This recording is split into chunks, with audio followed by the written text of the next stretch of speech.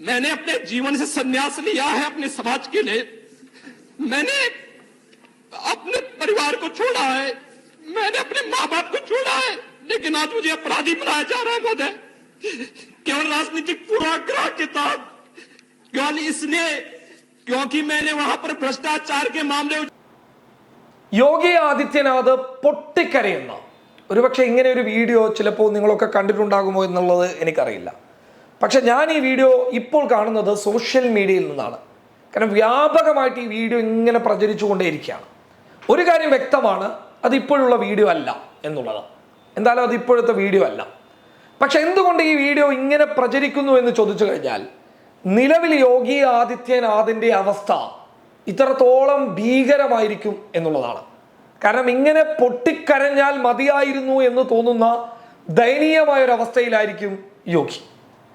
ഒരുപക്ഷെ ഇപ്രാവശ്യത്തെ തിരഞ്ഞെടുപ്പിൽ യു പിയിൽ ഒരു വലിയ മുന്നേറ്റം ഉണ്ടാക്കാൻ യോഗിക്ക് സാധിച്ചിരുന്നുവെങ്കിൽ, കഴിഞ്ഞതുപോലെ ഒരു 65-70 സീറ്റുകൾ യോഗി ആദിത്യനാഥിൻ്റെ നോട്ടത്തിൽ കിട്ടിയിരുന്നുവെങ്കിൽ യോഗി ആദിത്യനാഥിന് ചിലപ്പോൾ മോദിക്ക് പകരം പ്രധാനമന്ത്രി കസേരയിൽ ഇരിക്കാമായിരുന്നു.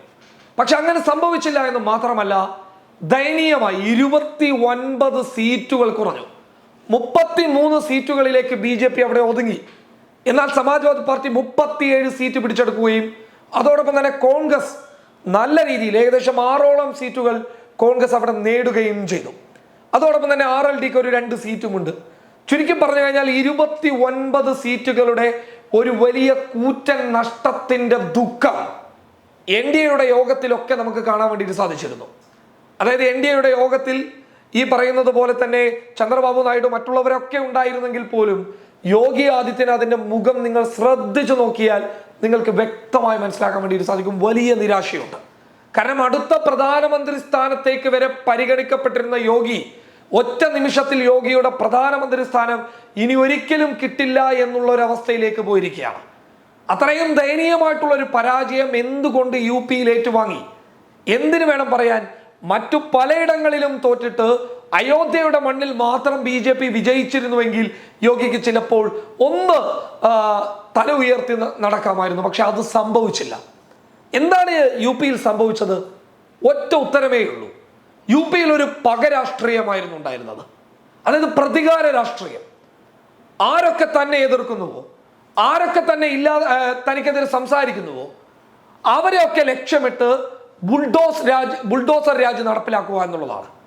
ഈ ബുൾഡോസർ രാജ് സ്വന്തം പാർട്ടിക്കാരനെതിരെ നടത്തുന്നില്ല, മറിച്ച് ഇതൊക്കെ നടത്തുന്നത് മറ്റുള്ള പാർട്ടികളിലുള്ള ആളുകൾക്കെതിരെയും ന്യൂനപക്ഷങ്ങൾക്കെതിരെയുമാണ്. ഇത് വ്യാപകമായിട്ട് 1-2 തവണയല്ല, ഈ ബുൾഡോസർ രാജാണ് തന്നെ ഇവിടെ നിലനിർത്തുന്നത് എന്നതുവരെ യോഗി ആദിത്യനാഥ് ചിന്തിച്ചു തുടങ്ങി എന്നുള്ളതാണ്. അതായത് യോഗി ആദിത്യനാഥിനെ കുറിച്ചിട്ട് അവിടെയുള്ള രാഷ്ട്രീയ വിമർശകരൊക്കെ പറയുന്നത്, യോഗി BJP രാഷ്ട്രീയവുമായിട്ട് യു പിയിൽ നിന്ന സമയത്ത് യോഗിയുമായിട്ട് പല രീതിയിൽ വാക്ക് തർക്കം മറ്റുള്ള പ്രശ്നങ്ങളിലൊക്കെ ഉണ്ടായിരുന്ന പല നേതാക്കന്മാർ, സമാജ്വാദി പാർട്ടി തന്നെയാണ് വലിയ വിഷയം, ആ നേതാക്കന്മാരെയൊക്കെയാണ് ഇപ്പോൾ യോഗി വേട്ടയാടുന്നത് എന്നുള്ളതാണ്. അങ്ങനെ ചുരുക്കി പറഞ്ഞു കഴിഞ്ഞാൽ യു പി എന്ന് പറയുന്നത് ഒരു സമാധാനമില്ലാത്ത ഒരു സംസ്ഥാനമായിട്ട് മാറ്റിയിരിക്കുന്നു യോഗി എന്നുള്ളതാണ്. അങ്ങനെയുള്ള ഒരു സാഹചര്യത്തിൽ യഥാർത്ഥത്തിൽ ഇപ്പോൾ ഇത് മാത്രമല്ല വിഷയം, ക്രമസമാധാനം ഒരു വലിയ വിഷയമാണ്. അതോടൊപ്പം തന്നെ കർഷക പ്രക്ഷോഭങ്ങൾ, കർഷക വിഷയങ്ങൾ, ഇതൊക്കെ യോഗി ആദിത്യനാഥ് നിസാരവൽക്കരിച്ചു എന്നുള്ളതാണ്. കർഷകരെക്കാളും വലുതാണ് താൻ എന്നുള്ള ഒരു ധാർഷ്ട്യ ധിക്കാരബോധത്തോടു കൂടി യോഗി മുന്നോട്ട് പോയി എന്നുള്ളതാണ്. ഇത് യോഗിയുടെ മാത്രം പ്രശ്നമല്ല. ഒരു ഉദാഹരണമാണ് യോഗി ഒരു ഇതേപോലെ ധാർഷ്ട്യ ധിക്കാരബോധത്തിലുണ്ടായിരുന്ന കോൺഗ്രസിന്റെ നേതാക്കന്മാരും പലപ്പോഴും പരാജയപ്പെട്ടിട്ടുണ്ട്, ഇല്ല എന്നൊന്നും ഞാൻ പറയുന്നില്ല. ഇതേപോലെയുള്ള മറ്റൊരാളാണ് ഫട്നാവിസ്. അതായത് മഹാരാഷ്ട്രയിലെ ഷിൻഡെ ഉദ്ധവിൽ നിന്ന് വേർതിരിച്ചെടുത്തതും, അതായത് പാർട്ടി 2ആയി പിളർത്തിയതും, അജിത് പവാറിനെ NCPയിൽ നിന്ന് പിളർത്തിയതൊക്കെ ഈ പറയുന്ന ഫട്നാവിസാണ്. എന്നാൽ ഫട്നാവിസിന്റെ നിലവിലെ അവസ്ഥ എന്താണ്? അതിദയനീയമാണ്. ഫട്നാവിസ് ഡെപ്യൂട്ടി അതായത് ഉപമുഖ്യമന്ത്രി സ്ഥാനം രാജിവെക്കാൻ തയ്യാറാണെന്നും അതോടൊപ്പം തന്നെ തൽക്കാലം തൻ്റെ പദവികളൊക്കെ രാജിവെക്കാൻ താൻ രാജിവെച്ചിട്ടേ താൻ ഇനി പാർട്ടിയിൽ പ്രവർത്തിക്കൂ എന്ന് പറഞ്ഞുകൊണ്ട് അമിത്ഷാക്ക് ഒരു കത്ത് കൊടുക്കും. ആ കത്തിൽ അമിത്ഷാ പ്രതികരിക്കുന്നത് രാജിവെക്കേണ്ടതില്ല എന്നുള്ളതാണ്. കാരണം ഫഡ്നാവിസിനേക്കാൾ വലിയ തിരിച്ചടി നേരിട്ട ആളാണ് അമിത്ഷാ. അപ്പൊ അങ്ങനെയുള്ള അമിത്ഷാ രാജിവെക്കുന്നില്ലല്ലോ, പിന്നെ നീയും രാജിവെക്കണ്ട എന്ന് അമിത്ഷായും സംഘവും തീരുമാനിക്കുന്നു. അപ്പൊ സത്യം പറഞ്ഞു കഴിഞ്ഞാൽ ഈ തട്ടിക്കൂട്ട് സർക്കാരിൽ ഇന്ത്യക്ക് എത്രത്തോളം മുന്നോട്ട് പോകാൻ പറ്റും? ഒരിക്കലും സാധ്യമല്ല.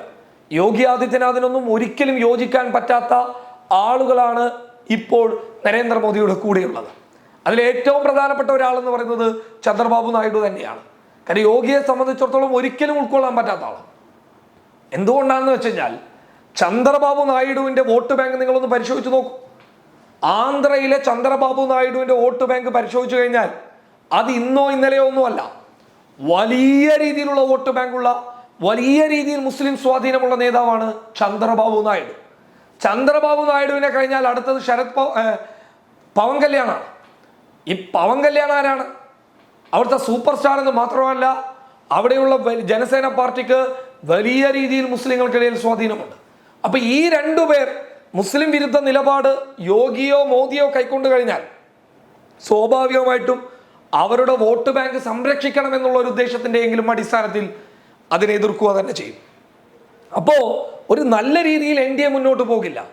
അപ്പൊ അതിനിടയിൽ ഇപ്പോ നമ്മളൊരു കല്യാണം കഴിച്ചാൽ എന്താ സംഭവിക്കുക? കല്യാണം കഴിച്ചാൽ ആദ്യമൊക്കെ ഹണിമൂണും പരിപാടിയും മറ്റുള്ള കാര്യങ്ങളൊക്കെ ആയിട്ട് ഹാപ്പി ആയിട്ട് പോകും. അല്ലറ ചില്ലറ പ്രശ്നങ്ങളൊക്കെ തുടങ്ങുന്നത് എപ്പോഴാണ്? ഒരു 2-3 മാസം അല്ലെങ്കിൽ ഒരു 6 മാസം, ഒരു വർഷമൊക്കെ കഴിയുമ്പോഴാണ് ചെറിയ രീതിയിലുള്ള പടലപ്പിടക്കങ്ങളൊക്കെ നടക്കുന്നത്. ഇത് നിയന്ത്രണ വിധേയമായി കഴിഞ്ഞാൽ ആ ബന്ധം മുന്നോട്ട് പോകും. നിയന്ത്രണ വിധേയമായി കഴിഞ്ഞില്ലെങ്കിലോ ഡിവോഴ്സിൽ കലാശിക്കും. ഇതൊക്കെ തന്നെയാണ് പൊളിറ്റിക്സിലും. കാരണം ഈ ഒറ്റക്ക് ഭൂരിപക്ഷം നേരിട്ട് കഴിഞ്ഞാൽ എന്തും ചെയ്യാം. പക്ഷെ കൂടെ കൂട്ടിയിട്ട് രണ്ടുപേരെ കൊണ്ടുപോവുക എന്ന് പറയുന്നത് അത്ര നിസ്സാരമായിട്ടുള്ള കാര്യമൊന്നുമല്ല. നിതീഷ് കുമാറോ അത്ര കുഴപ്പക്കാരനുമല്ല. ഇതേ നിതീഷിനെതിരെ BJPക്ക് അകത്ത് തന്നെ വലിയ രീതിയിലുള്ള രോഷം ഉയർന്നു വരുന്നുണ്ട്. അപ്പൊ അങ്ങനെയൊക്കെ ഉണ്ടാകുമ്പോൾ ഈ സർക്കാർ മുന്നോട്ട് പോവുക എന്ന് പറയുന്നത് തന്നെ വലിയ പ്രയാസം ഉണ്ടാക്കുന്ന കാര്യം. അത് തന്നെയാണല്ലോ രാഹുൽ ഗാന്ധിയും ഇന്ത്യ സഖ്യവും പറഞ്ഞത്. ഈ സർക്കാർ മുന്നോട്ട് പോവുക എന്നുള്ളത് വലിയ പ്രതിസന്ധി ഉണ്ടാകുന്ന കാര്യമാണ് എന്നുള്ളത് അവർ പറയാനുള്ള കാരണം, അല്ലെങ്കിൽ ഇപ്പോൾ സർക്കാർ രൂപീകരിക്കാതിരിക്കാനുള്ള കാരണം കോൺഗ്രസ് കൃത്യമായി വീക്ഷിച്ചിട്ടുണ്ട്. കാരണം കോൺഗ്രസിന് ഇത് അനുഭവമുണ്ട്. കാരണം ഇങ്ങനെയുള്ള തട്ടിക്കൂട്ട് സർക്കാരും ഒക്കെയായി പോകുമ്പോൾ ഒരുപാട് പ്രശ്നമുണ്ട്. അപ്പൊ എന്തായാലും ഇതൊക്കെ പരിഹരിക്കേണ്ടതുണ്ട്. അപ്പൊ ഇത് പരിഹരിക്കണമെന്നുണ്ടെങ്കിൽ അമിത്ഷാക്ക് പഴയ പോലെ സാധിക്കുമോ? ഇല്ല. കാരണം ചന്ദ്രബാബു നായിഡുവിന് അമിത്ഷാ തൃപ്തനല്ല, നിതീഷ് കുമാറിന് അമിത്ഷാ തൃപ്തനല്ല, BJPക്ക് അകത്ത് തന്നെ പലർക്കും അമിത്ഷാ തൃപ്തനല്ല. നിതിൻ ഗഡ്കരിയുടെ പേര് അമിത്ഷാക്ക് പകരം വരുന്നുണ്ട്, മോദിക്ക് പകരം വരുന്നുണ്ട്. അങ്ങനെ പല രീതിയിലുള്ള പ്രശ്നം. അതോടൊപ്പം തന്നെ RSSന്റെ പ്രശ്നമുണ്ട്. RSSനെ സംബന്ധിച്ചിടത്തോളം യോഗി ഓക്കെയാണ്. RSSനെ സംബന്ധിച്ചിടത്തോളം യോഗി തൃപ്തനായ ഒരു നേതാവാണ്. പക്ഷേ നരേന്ദ്രമോദി അത്രത്തോളം തൃപ്തനാണോ എന്നൊക്കെ ചോദിച്ചു കഴിഞ്ഞാൽ നദ്ദയുടെ പരാമർശത്തിലേക്ക് വരേണ്ടി വരും. അങ്ങനെ എല്ലാം കൊണ്ടും മോദി ആണെങ്കിലും അമിത്ഷാ ആണെങ്കിലും യോഗി ആണെങ്കിലും നദ്ദയാണെങ്കിലും ഇവരൊക്കെ ഒരു പരാജയത്തിന്റെ വക്കിൽ നിൽക്കുകയാണ്. സന്തുഷ്ടരല്ല. മാധ്യമങ്ങൾക്ക് മുന്നിൽ പലതും പറയുമെങ്കിൽ പോലും അവരാരും സന്തുഷ്ടരല്ല എന്നുള്ളതാണ്. എന്തായാലും യോഗിയുടെ ഈ പഴയ വീഡിയോ സോഷ്യൽ മീഡിയയിൽ ഇപ്പോൾ ട്രെൻഡിങ് ആയി നിൽക്കുകയാണ്. News desk public Kerala.